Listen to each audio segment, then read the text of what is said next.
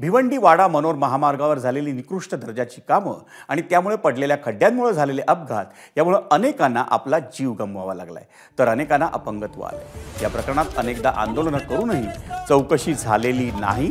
त्यामुळे वाडा तालुक्यातील कुडूस नाक्यावर स्वाभिमानी संघटनेच्या माध्यमातून ग्रामस्थांनी रास्ता रोको आंदोलन केलं। सदर रस्त्याची SIT मार्फत चौकशी करण्यात यावी अशी मागणी ग्रामस्थांकडून करण्यात आली, कारण कोट्यवधी रुपये खर्च करूनही हा रस्ता आहे त्याच स्थितीत आहे। सार्वजनिक बांधकाम विभागाचे अधिकारी त्याकडे दुर्लक्ष करत असल्याचा आरोप करून ग्रामस्थांनी आपला संताप व्यक्त केला। याच संतापाचा उद्रेक होऊन वाडा भिवंडी महामार्गावर ग्रामस्थांनी आज रास्ता रोको केल्याचं पाहायला मिळालं। त्यामुळे या महामार्गावर वाहतूक कोंडी झाली होती।